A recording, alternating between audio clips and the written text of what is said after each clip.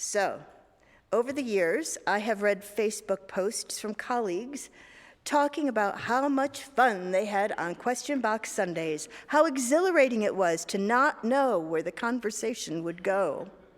Why am I here? That's another mother question, isn't it?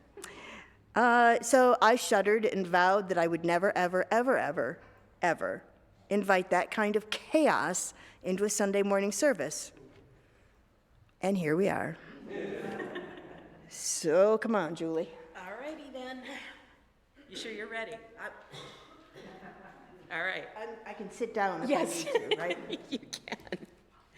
Okay. Let's see. How to respond to Catholics or people of other religions, many close to you. How do you respond to the question, are UU's Christians? And you had an opportunity to choose the order of these questions, right? This one could have been at 11:19, and we would be going, that's all, folks.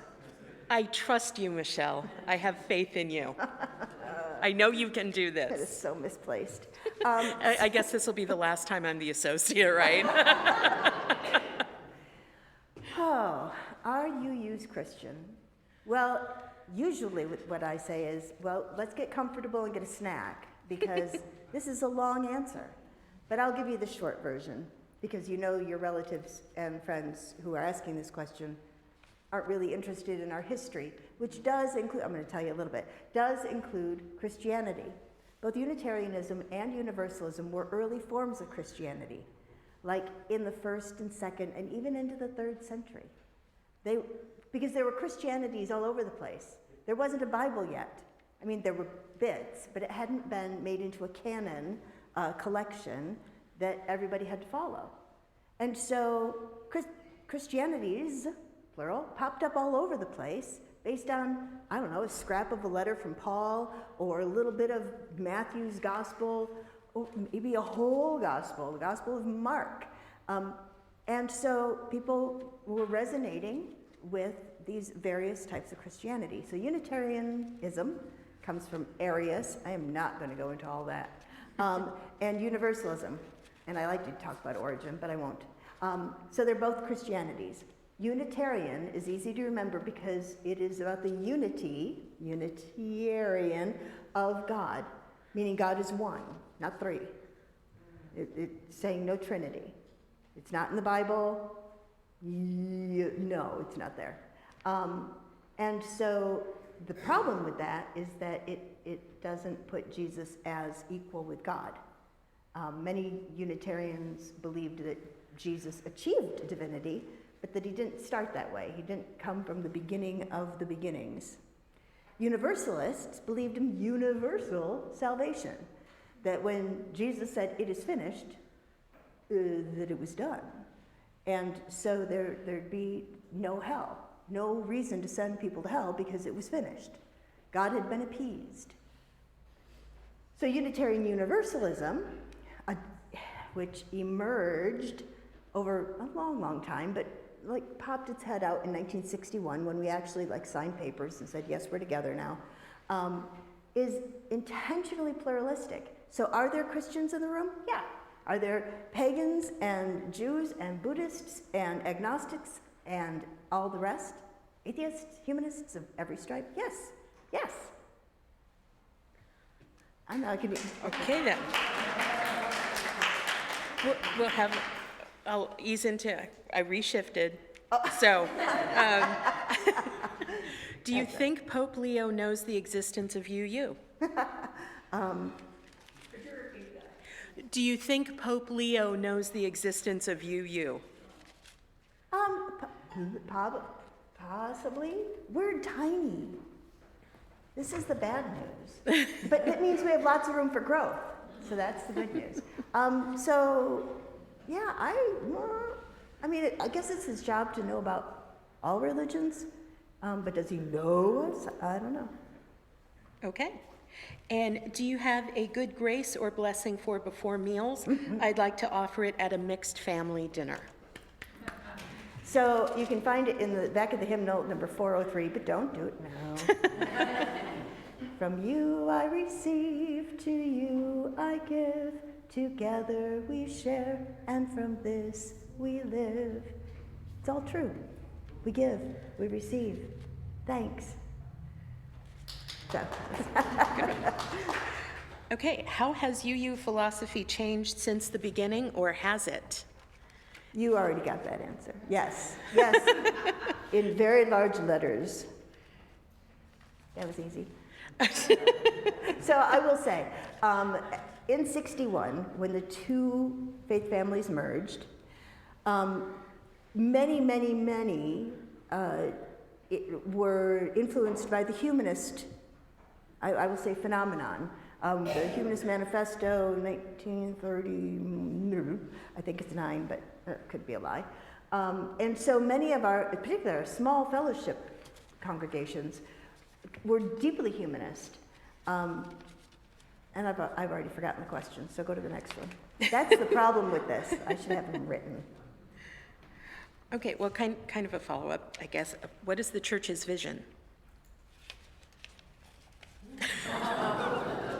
That's up to all y'all. That's an easy one. Yeah, we haven't done a vision statement lately. Our mission is to foster compassion and justice, to challenge ourselves and the community to foster more justice and compassion in the world, particularly our, well, all of it, really. But vision, that's such a cool question. And it truly is up to you. I'm not just like being timid.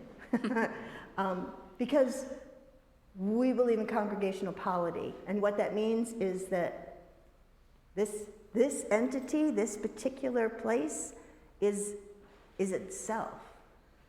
We are in covenant with the larger association, but each congregation figures out what the vision and mission should be because of where we're located. And truly, it falls upon the congregation. I am not in charge. Oh, yes I am. I'm in charge of everything. I'm not in charge. Which is different from other faiths, right?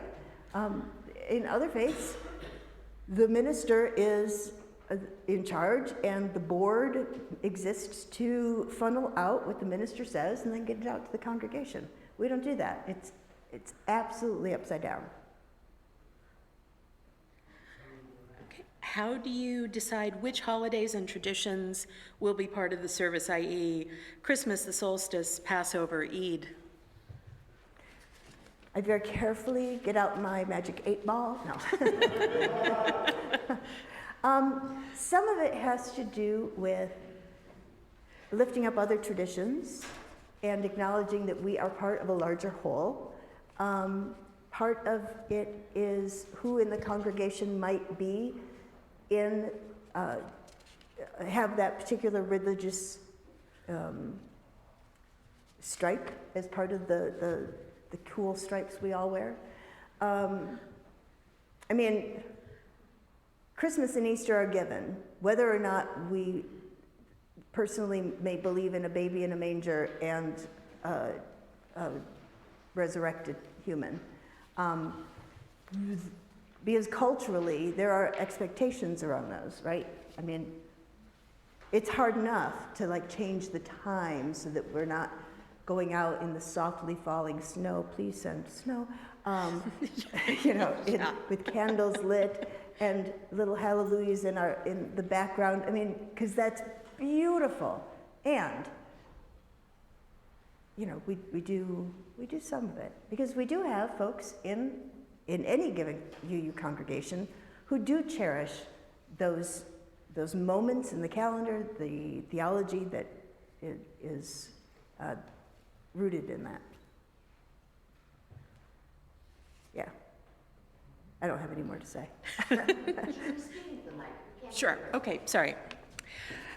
How can we actively share our faith and values with others, telling them about UU Amherst without pressuring them and yet opening the possibility to enlarge our congregation? How many of you have friends? That's the end of that sentence. How many of you have friends? Okay, so that's a good place to start. They already like you. They already trust you, right? And so just invite them to come. Say, I have found something really cool. And part of the coolest thing is that nobody is going to make me leave my brain at the door and go into a first century understanding of the universe as a three-tiered pancake. I get to bring my whole self. I get to bring a brain. So that's for some of you who are talking to people who might be more brain-inspired. Then, if you're talking to people who are more community-inspired, just tell the truth about, we have people who legit care about each other, want to have deep conversations. We have really good coffee snacks. Yeah, just be real, right? We don't have a story. So I was not raised as a UU. So I was that offensive UU preteen and teen, dropping tracts about going to hell in people's lockers. I'm still doing some penance for that. So are any of you who are sitting in the hard benches, by the way. Ow, does your back hurt? So I get the whole, we don't want to proselytize. But you can invite. If this place means something to you, if these human beings and the magic that happens in here, the warmth, the community, why would you not invite someone to come? And they can always say no, and then you just wait a week and invite them again, you know. So, yeah, but do invite. If all of us who have at least 3 friends would invite them. I'm keeping the bar, I have 2, but I'm looking for another. So I'm keeping it to 3. Really, people would be seated in the Emerson room because this would be so full. And so imagine if all the UUs all over the planet did the same thing. Yeah, I'm preaching, aren't I? It's a danger. Okay, this is a good one. Okay. It's a big one, Okay. potentially. Deep breaths. Depends on how you look at it, but I do anyway. What is a good death? Oh, that is so good. That is such a good question. What is a good death? The one I hear most often is dying in your sleep, like Gracie Allen. So Phil says the best is dying in your sleep. So a good death, just that phrase, right? Blessings.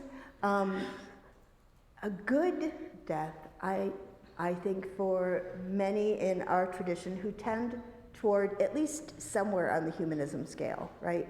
Whether or not you are like, I am only a humanist. I want to work toward humanity's well-being. Poof, you're a humanist. So I think any of us who are somewhere on that scale would like to sort of be in charge, right?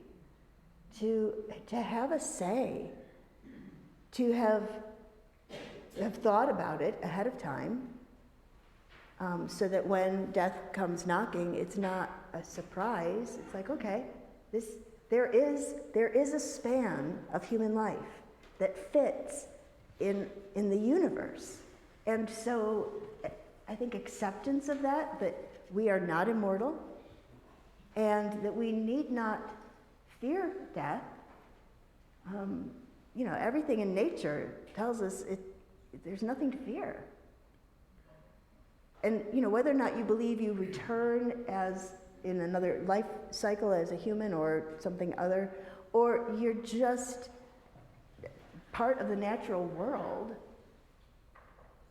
that's okay, right? I might feel differently about this in 25 years, but for now, that is my answer. I don't know. Okay, and as moderator, I do have a time limit, and I see by the clock on the wall that it is 11:20. Is there? There are more you can questions. choose- We'll just talk really fast during the announcements, so, because Okay. this is fun. See? I know, I'm really sad about that, but it's fun, after all these years. Okay. How does a parent or guardian help their offspring or younger people quickly explain the UU faith in these times? And younger also includes young adults. Yeah, so as you've heard from me, don't go back to the beginnings of the earliest forms of Christianity, because that's not going to be the answer. So what we teach our littles, which I think is appropriate for all of us, is to remember that we are people with open minds, loving hearts, and helping hands. So what do you believe? Well, we believe in open minds, loving hearts, and helping hands. No, like, do you believe in a blah, blah, blah? We believe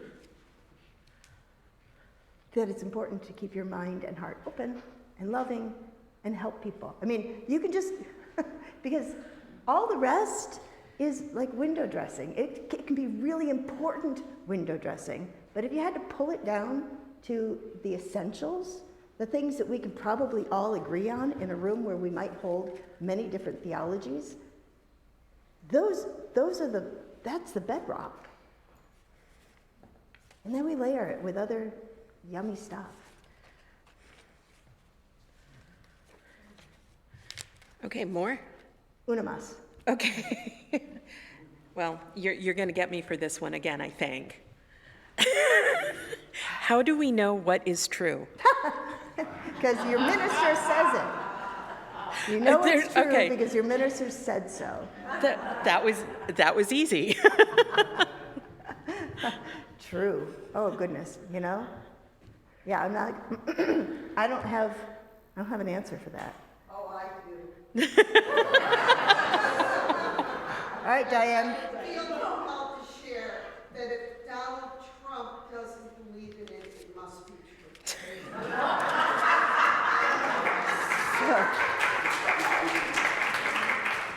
So, for the online community who couldn't hear that, the answer to what is true is if a certain executive in an office that is not square believes it, it must be true.